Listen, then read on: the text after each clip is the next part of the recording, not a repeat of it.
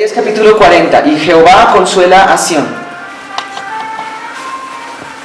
Voy a dejar que pase el carrito de los helados, para que cuando vuelva no quede grabado el sonido. Es que es difícil competir con tanto, a veces con tanto ruido.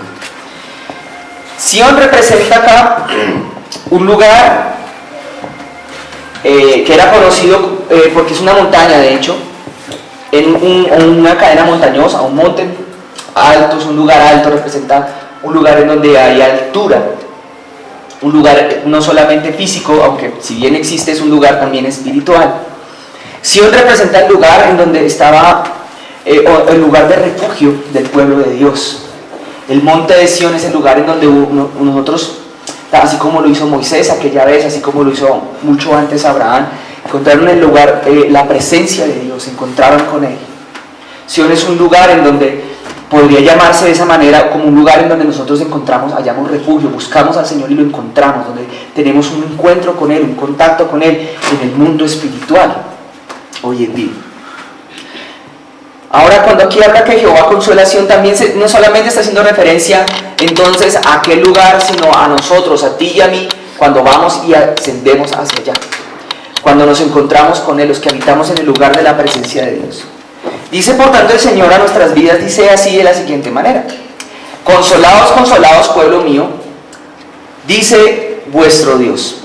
Hablad al corazón de Jerusalén, decidle a voces que su tiempo es ya cumplido, que su pecado es perdonado, que doble ha recibido de la mano de Jehová por sus pecados. Y voz que clama en el desierto, dice el verso 3. Preparad el camino a Jehová, enderezad cansada en la soledad al Dios nuestro. Dice luego el verso 4: todo valle sea alzado y bájese todo monte y collado, lo torcido se enderece y lo áspero se allane, y se manifestará la gloria de Jehová. Entonces dice ahí que toda carne juntamente la verá, porque la boca de Jehová ha hablado. Vamos a continuar un poquito más con ese texto, pero el consuelo del Señor está hablando, porque está hablando aquí en la profecía hacia Sión, que hay un tiempo que pasó en donde había cometido el pueblo de Dios, se había equivocado, había fallado, había cometido error, pero Dios lo había castigado, había ya descargado todo su castigo, su furia contra el pueblo de Dios. Entonces esa ira que Dios descargó contra el pueblo de Dios finalmente fue saciada, esa sed de justicia de parte de Dios al reprender y al castigar a su pueblo. Cuando el pueblo de Dios se humilló, muchas veces tú verás en la palabra de Dios que eso es algo que a Dios en su forma de ser Él le agrada mucho, cuando el pueblo suyo, o sea nosotros, nos humillamos delante de Él y nos arrepentimos y pedimos perdón. Entonces Dios dice: ya ha pasado el tiempo, está por terminar el tiempo de mi castigo contra ti, en el que de pronto habré permitido que sucedan circunstancias en tu vida que son como adversas, y ahora viene un tiempo de consuelo, dice el Señor. Viene un tiempo como de algo bueno que se está gestando para ti, dice el Señor. Viene algo, va a venir algo, van a hacer la luz sobre ti ahora. Por cuanto te humillaste, te arrepentiste, te sometiste, fuiste fiel a mí, diría el Señor.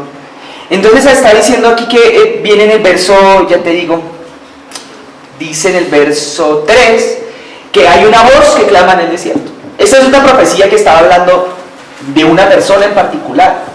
Cuando tú abres Mateo, luego Marcos, luego Lucas, esos evangelios que están iniciando o encabezando el Nuevo Testamento, ellos mismos dan cuenta de este texto que habíamos leído, y en alguna parte de ellos se menciona que esta profecía se había cumplido en un hombre, que había venido un hombre a la tierra a cumplir esa profecía, ese pedacito de esa profecía que acabamos de leer, allá en donde dice voz del que clama en el desierto.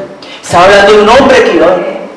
Pero ahora bien, esta profecía no solamente es para el cumplimiento de eso que acabamos de hablar, que era aquel hombre que iba a venir a preparar un camino, sino que también tenía que ver con nosotros, porque las profecías no tienen la mayoría de las profecías bíblicas no tienen una única referencia, sino que tienen más de una referencia. Es decir, se cumplieron en un momento, pero luego se vienen y se cumplen de otra manera en otro. Se cumplieron en una persona, pero a través de esa persona que fue Cristo, ahora también se vienen a cumplir en nosotros. A lo que quiero ir con el mensaje de esta mañana, más bien lo que el Señor quiere ir con el mensaje en esta mañana, es que el Señor quiere que tú, así, hay momentos en los que Él pide como que o nos humillemos, como que nos arrepintamos, pero también hay momentos en los que Él pide, bueno, ya seca las lágrimas de tu rostro y gózate y levántate. Amén. Y ahora lo que viene aquí es la parte que me parece importante e interesante. Dice, voz que clama en el desierto. Habla de un monte, pero también se habla de un desierto. Por lo general los desiertos no es que se caractericen por tener montes, si bien hay dunas. En los desiertos por lo general no hay montes. Por lo general, de hecho, y más en el contexto geográfico en donde la Biblia fue escrita, los desiertos eran lugares más bien planos. Y esa planitud, ¿será que la palabra existe? No, esa planicie, esa característica o esa cualidad de ser planos, hacía que fuera difícil que las nubes condensaran agua.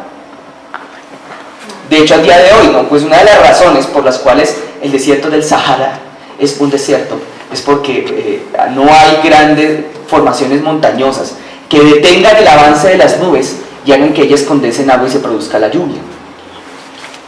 Por el contrario, hay una cadena montañosa ya más hacia el norte del desierto del Sahara, cerca a un país que se llama Marruecos.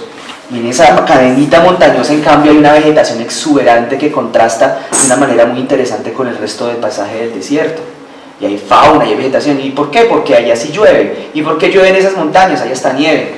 Porque el agua se condensa. Vienen los vientos que van soplando y chocan contra las montañas. Y las montañas lo detienen esos vientos y hacen que el agua que ellos traen se condense y empiece a llover. ¿Me explico o no me explico, hermanos? Y yo no estoy hablando aquí de ciencia, estamos hablando de cosas espirituales, porque Jesús así mismo también hablaba en parábolas, o sea, Él hablaba como en clave.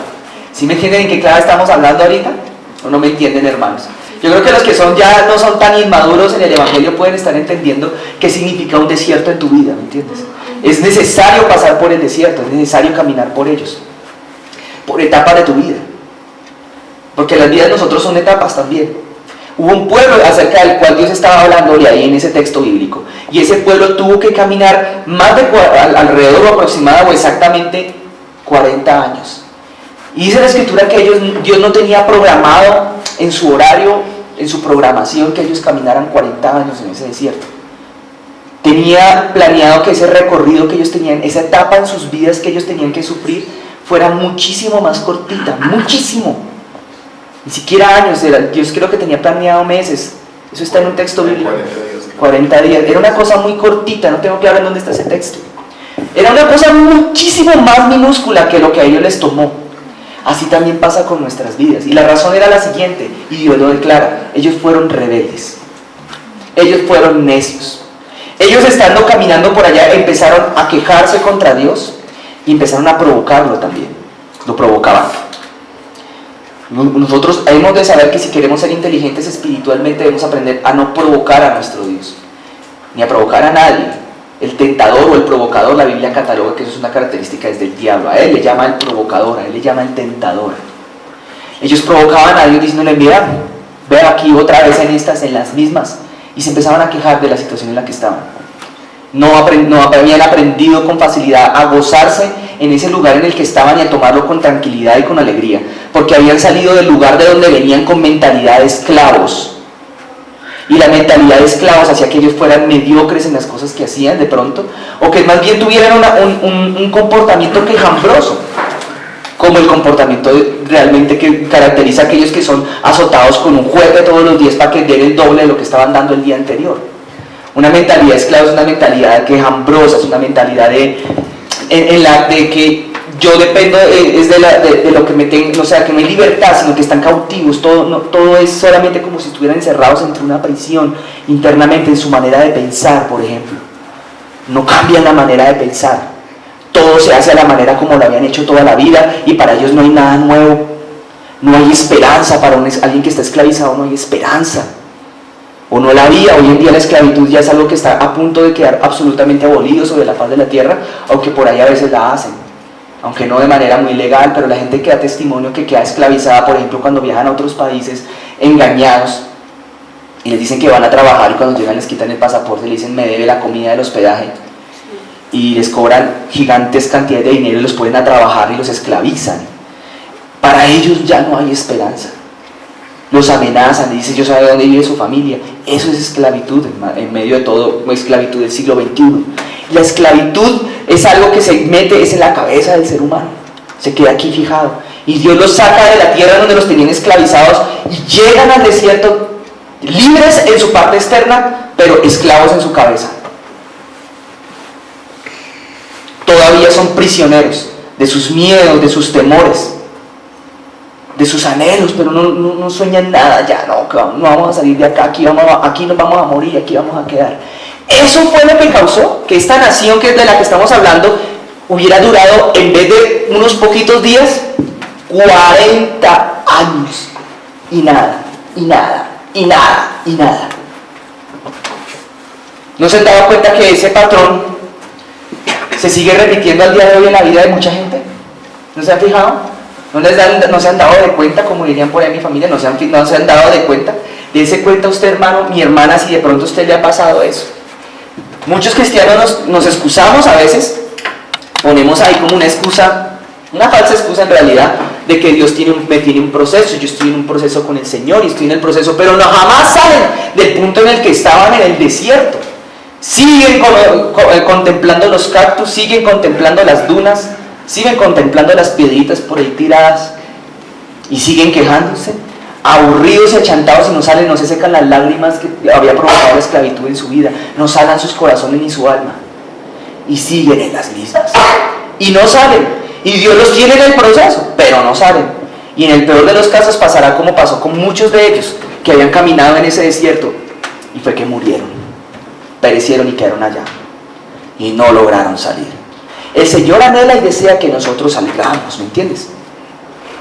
Pero para poder salir de un desierto, en vez de quedar ahí dando vueltas, hay que aprender cuál es la lección que el Señor quiere que aprendamos, ¿me entienden? No sé si ustedes recuerdan todas las historias que acontecieron allá, pero un día tuvieron hambre y en vez de pedirle a Dios amorosamente, Señor, dame de comer, se quejaban contra Dios.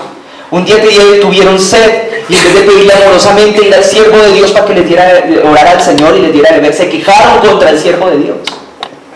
En otras ocasiones dijeron, ay, extrañamos la carnecita, y Señor, tan rico que era comer carnecita. Ay, no dijeron de esa manera, sino se quejaron y murmuraron, y dijeron, mejor nos hubiera ido allá donde estábamos antes estábamos mejor.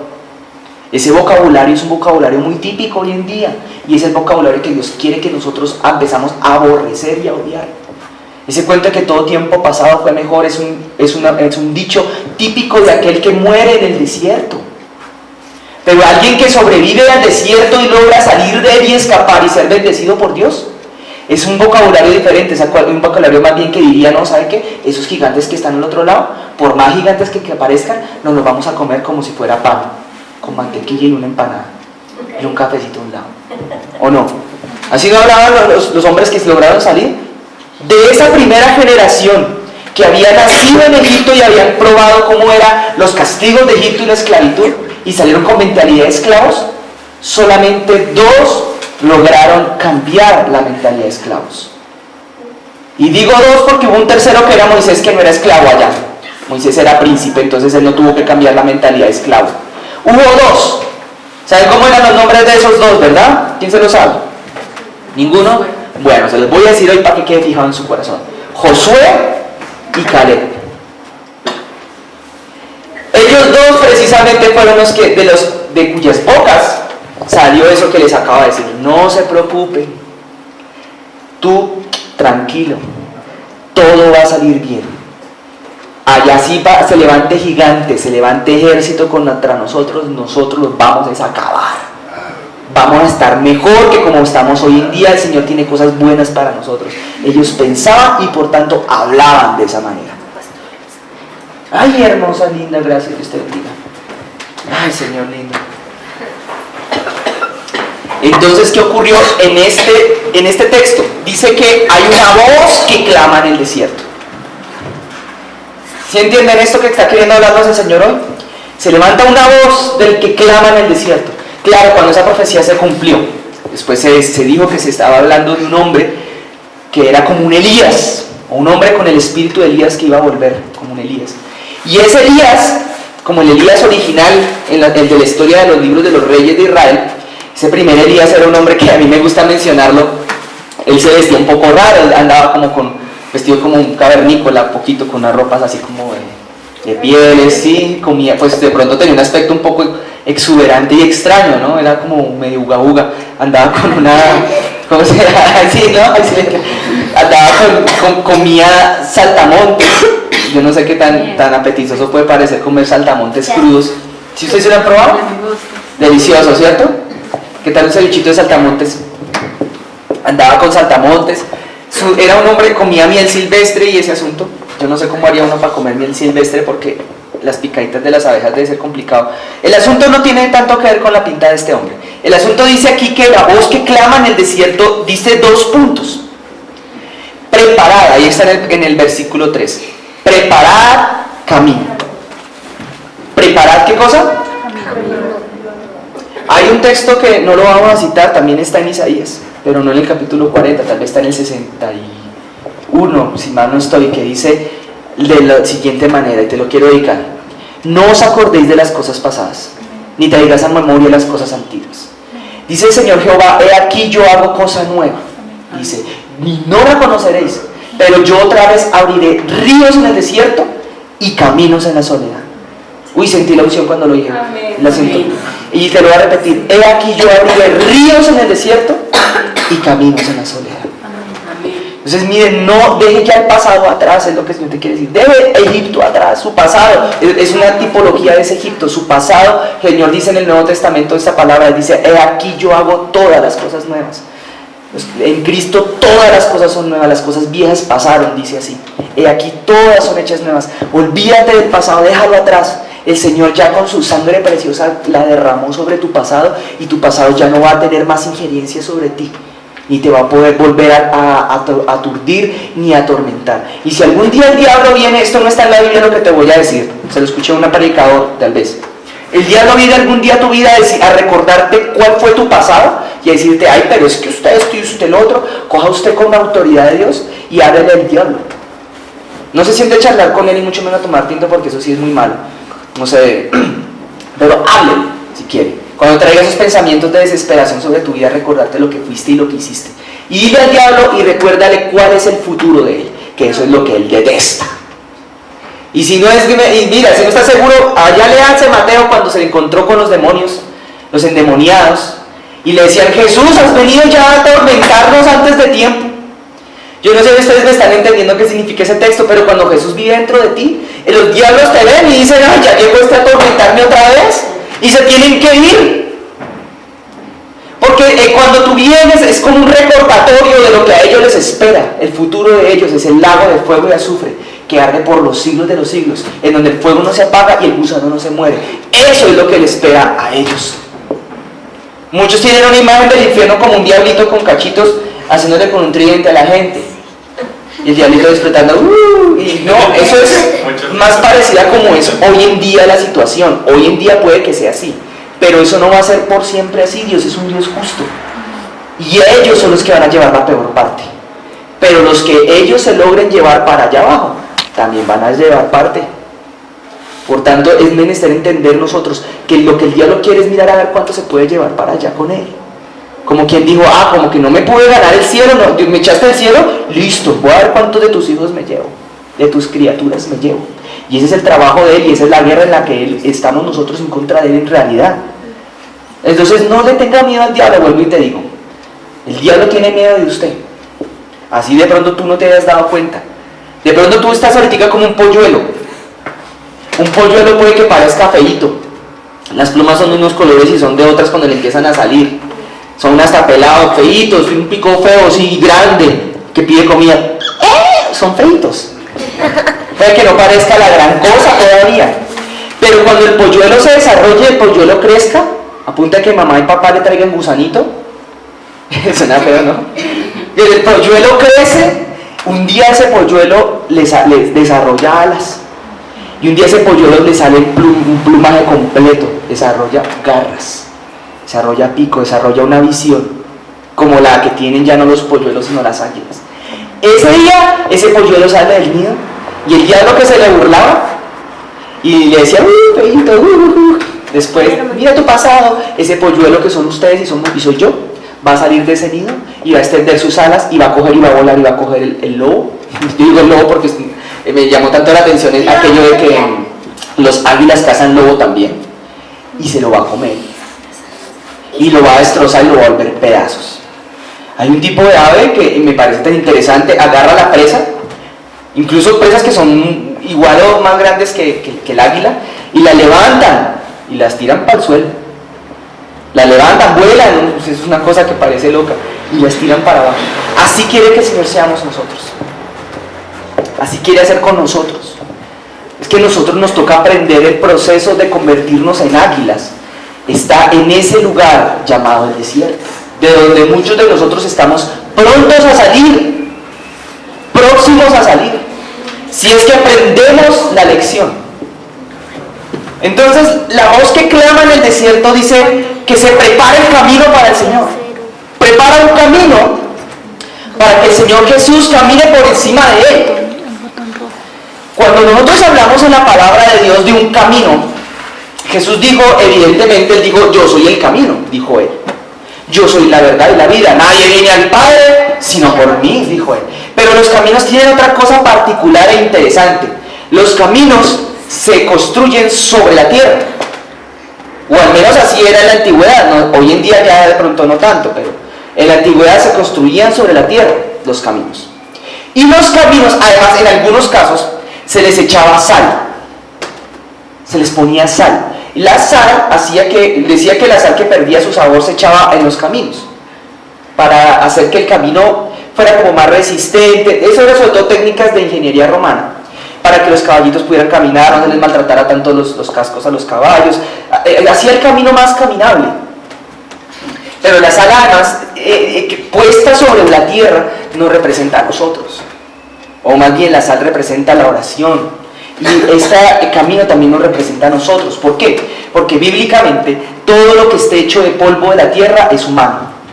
Lo que está hecho del polvo de la tierra, bíblicamente, si no más que leas Génesis capítulo 2, te vas a dar cuenta que es lo humano. Lo humano bíblicamente lo puedes encontrar referenciado cuando veas cosas que fueron hechas del polvo de la tierra. ¿No se acuerdan de ese cuento de en polvo eres, polvo te convertir? ¿No se acuerdan de eso? Sí. Ah, bueno. Ahí está el tema. Ahí está el cuento. Ahora mira para que veas que esto no es tan invento mío solamente, sino que aquí está más desglosadito en la palabra. Dice en el verso 3, vuelvo y lo leo: preparad el camino a Jehová, enderezad la calzada, en la soledad a nuestro Dios. Y aquí dice, todo valle sea alzado y bájese todo. Muy bien. Los valles y los montes, vuelvo al tema del desierto. Los valles son planos. Puede que los valles no sean lugares tan propensos a llover. No son tan propensos a llover. Son lugares más bien que tienen que ver un poco con los tiempos de espera. Los tiempos un poquito de sequía en la vida de uno. ¿Me explico o no me explico, hermanos? ¿Me van captando o no me van captando? Sí. Entonces, ¿se acuerdan ustedes? Por la misma razón por la cual el desierto del Sahara es un desierto, es la misma razón análogamente opuesta por la cual el Chocó es una de las regiones del planeta Tierra en donde más llueve, si no es en donde más llueve, es el Chocó. ¿Saben por qué? Porque hay una gran cadena montañosa sobre la cual nosotros estamos parados. No, esta no, la cordillera oriental más bien. Y esa gran cadena montañosa llamada la cordillera oriental, allá donde están nuestros hermanos allá de Medellín y donde está toda esa cadena montañosa detiene los vientos que vienen, o las corrientes de aires que vienen del Océano Pacífico, las detienen. Y al detenerlas generan las lluvias, porque el agua se condensa. Las montañas, por tanto, son grandes formadoras de sistemas climáticos, sobre todo de las depresiones climáticas, de las bajas presiones climáticas que son esto cuando las nubes se acumulan y condensan el agua y empieza a llover. ¿Ustedes saben cuántas veces llueve al día por allá? Yo no sé, pues como a diario todas las mañanas amanece lloviendo por allá. Llueve y llueve y llueve y llueve y llueve y llueve y llueve. Ustedes un día, si han tenido la oportunidad de ir, yo no la he tenido, y conozcan Egipto. Uno cuando ve desde el mapa Egipto es una cosita como triangular, semitriangular, verdecita, y todo lo demás, un amarillo del desierto impresionante. Y verdecito ahí en la mitad, y un río que baja así. El río, bueno, digo baja, pero es hacia el sur, ¿no? El río se llama el río Nilo. Es uno de los ríos más largos del mundo, de los más largos. El río Nilo es el que trae el agua, porque en el desierto no llueve, allá no llueve y eso es sequedad. Pero el río Nilo, ¿de dónde se alimenta? ¿Ustedes saben de dónde se alimenta el río Nilo? ¿Ni idea? No, pues les voy a contar. De los montes.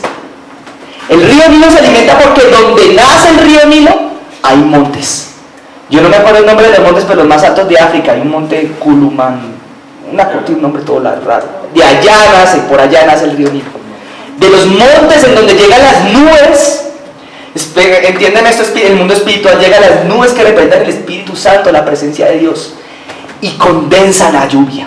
Y llueve sobre esas regiones, las aledañas y en la propia montaña. Y entonces el agua baja, y es la que alimenta y se calma la sed del desierto. Por eso es que tú verás el río Nilo termina finalmente en un delta, que es varias ramificaciones del río, se ramifica hasta entregar sus aguas al mar Mediterráneo. Y allá en las ramificaciones es en donde hay verdecito, por lo demás no hay más agua. Entonces ahora ¿qué tiene? Volvamos al texto bíblico. Todo valle sea alzado, dice ahí, y bájese todo monte. Entonces, nosotros internamente también somos como un paisaje. ¿Cómo la ves? Tú y yo somos un paisaje. Tenemos montes también adentro y tenemos valles. Nuestra vida, cronológicamente hablando, también ha tenido altas y ha tenido bajas.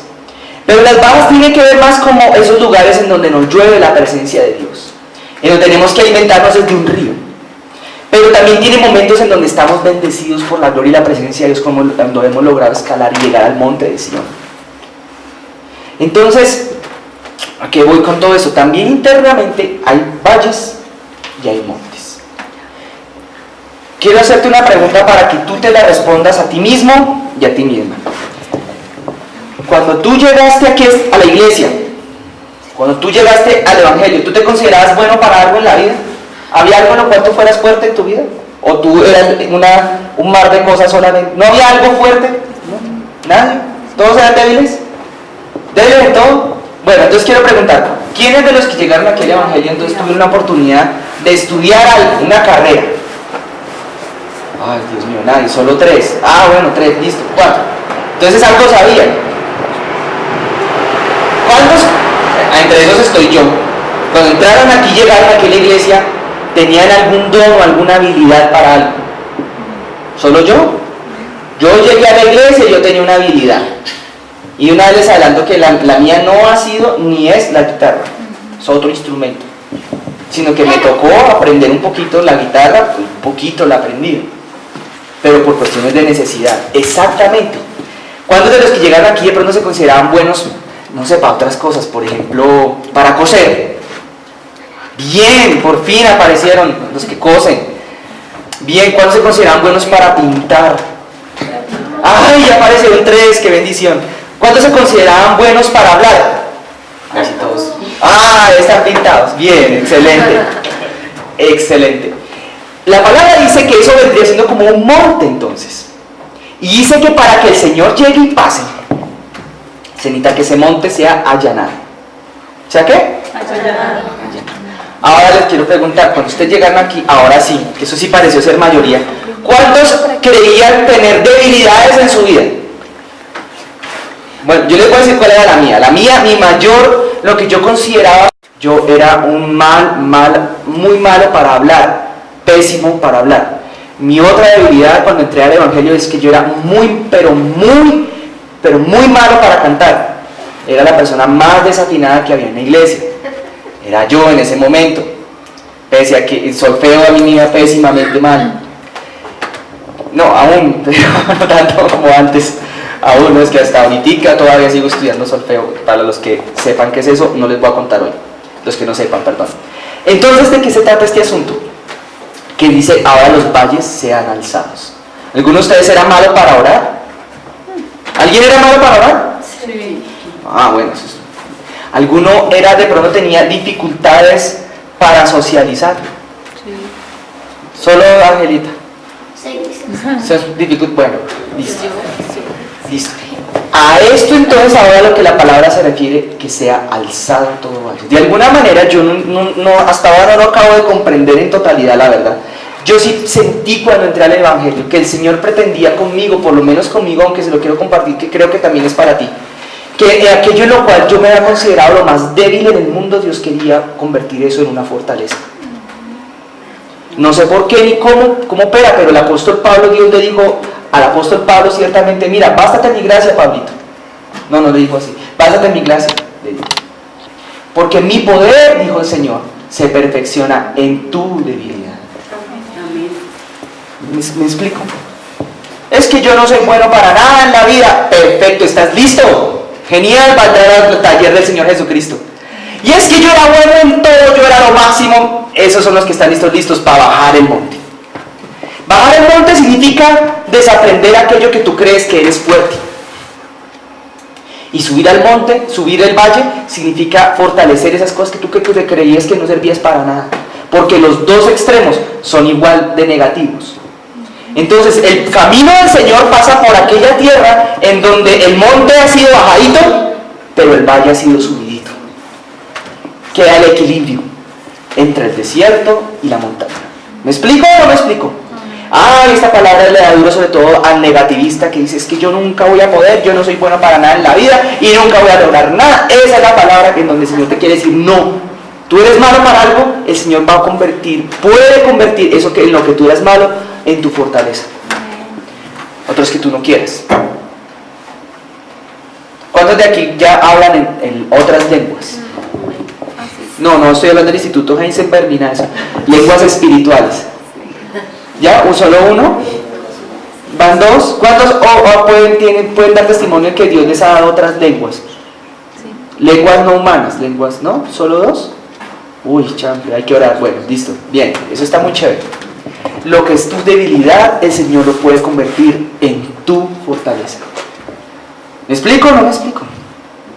Porque Dios es un Dios que opera así a través a veces de es muy enigmática la manera de operar de Dios, pero Él a veces parece como si fuera, trabaja a través de las ironías, trabaja a través de las paradojas.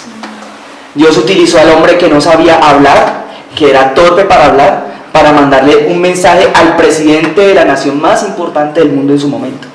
Y para hablarle, Dios mismo. No sé si me hago entender, pero Dios utilizó a un hombre que andaba vestido como cavernícola y comía insecto para preparar el camino del Rey de Reyes y Señor de Señores, para bautizar. Dios es un hombre que usa aparentemente ironías en la vida, pero aquel que por ejemplo utilizó a uno que era absolutamente implacable, asesino, matón y perseguidor de cristianos, para llevar el evangelio a todos los que no eran cristianos en su momento. Para llevar el evangelio, ese señor se propuso ir hasta España, no se sabe, creo que no se logró, creo que murió en Roma, se llamaba el apóstol Pablo. Y así funcionaba el Señor, así operaba. Dios utilizó a los pescadores, a los navegantes, y Jesús les dijo, usted que se las dan de pescadores, que se creen duros para pescar, que los buenos para navegar, venga, yo les voy a enseñar cómo navegar, venga, yo les voy a enseñar, voy a calmar yo mismo la tempestad para que ustedes aprendan que ustedes no saben nada. Ahí es donde el monte se estaba bajando. ¿Se acuerdan de la historia o no se acuerdan? Y les dijo, pues ahora yo los voy a hacer pescadores, pero de hombres. No importa tu pasado, hermano ni hermana, no importa lo que haya sido, si en tu vida había cosas que en las cuales tú te creías el ducho y el teso o la tesa, el Señor va a coger y te va a decir, listo, ahora desapréndelo para que pueda ser útil en mis manos. Pero si en tu vida había cosas que tú te consideras, esto jamás voy a poder, yo soy malo para esto, el Señor va a decir, chévere, porque ahora yo voy a coger eso en mis manos y voy a exaltar para humillar al que sí cree que se las sabe todas. Así lo dice, de lo más vil y menospreciado, de lo más vil y menospreciado, dice la palabra de Dios, escogió el Señor, creo que también está ahí mismo en Isaías, escogió el Señor para humillar a los sabios, a los entendidos, a los que son algo, para dar a entender que no es con el poder ni con la fuerza del ser humano, ni con el conocimiento del hombre, sino con el poder de Dios. ¿Me entendiste esto, hermano? Entonces la invitación del Espíritu Santo esta mañana es esa tan sencilla, y es que tú tomes ahora conciencia de tus fortalezas en tu vida, tus debilidades en tu vida, porque el Señor las va a coger y los montes tuyos los quiere bajar y los valles tuyos los quiere subir. Es que a veces yo miro hermanos, miro hermanos y parecen que fueran un solo valle. Es que yo soy malo, yo soy lo peor, yo soy no sé qué, parecen un solo valle, y el Señor como que quiere decir, no deje de hablar así. Tranquilo, entre más usted considere que es poquito en algo, el Señor te quiere considerar, quiere perfeccionar su poder en tus debilidades. Y hay uno que otro que a veces uno ve también, que es el polo opuesto, es una sola montaña, es un gran monte así gigantesco, eso, hasta temor ver eso, uy Señor, son gigantescos. Es que yo sé, es que yo hago, es que yo aprendí, tengo doctorado, postdoctorado, a veces en cuanto al conocimiento humano hay fortalezas gigantescas. Por ejemplo, en el tema de la música se ve muchísimo. El tema de la música, ¿no? No sé si ustedes que son profesionales, los que son profesionales se han dado cuenta que hay a veces como celos y competencias cuando uno está en el ámbito profesional. Pero cuando se trata de pianistas, en lo que pianista se refiere, esa cosa sí que es tremenda en el ámbito secular. Es que yo toco más, es que si yo toco Rachmaninoff, es que yo tengo tal, y es que yo esto y lo otro, y se vuelve una cosa, una vanidad. Son unos montes gigantescos. Entonces llega el super pianista del Evangelio de Jesucristo y el Señor le dice, muy bien mi hermano, vamos entonces a empezar, yo quiero ser usado por el Espíritu Santo. Entonces llega el Señor y dice, ¿qué hago? Listo, mijo, vale, le voy a empezar a usar, humíllese. Y empieza a tocar la pandereta. Entonces, ¿por qué? Porque esa es la manera que Dios utiliza para bajar los montes. No sé si me explico o no. Y ahora aprenda de ceros ahora. Olvídese de lo que sabe y arranque. Otros que llegan con doctorados en cosas bíblicas, sabiendo la Biblia, conocen la palabra de Dios, han estudiado, incluso han manejado, han predicado, me han hecho 1000 cosas. Y llega el Señor y le dice, listo, muy bien, este es el que necesito para bajar el monte. Y bajan el monte. Ahora, cállate, haz silencio, olvídate de lo que sabes.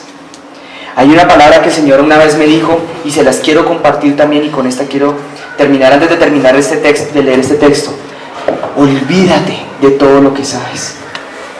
¿Quieres entrar a la escuela del Espíritu Santo? ¿Quieres que Dios haga cosas bonitas con tu vida? ¿Quieres que Dios te saque del desierto? Olvídate de lo que sabes. Y vuelve a aprender, que cada mañana sea nuevamente aprender de ser de tu Señor. Deja de menospreciarte, pero al mismo tiempo deja de tener más concepto de ti mismo que el que debes tener, diría la palabra.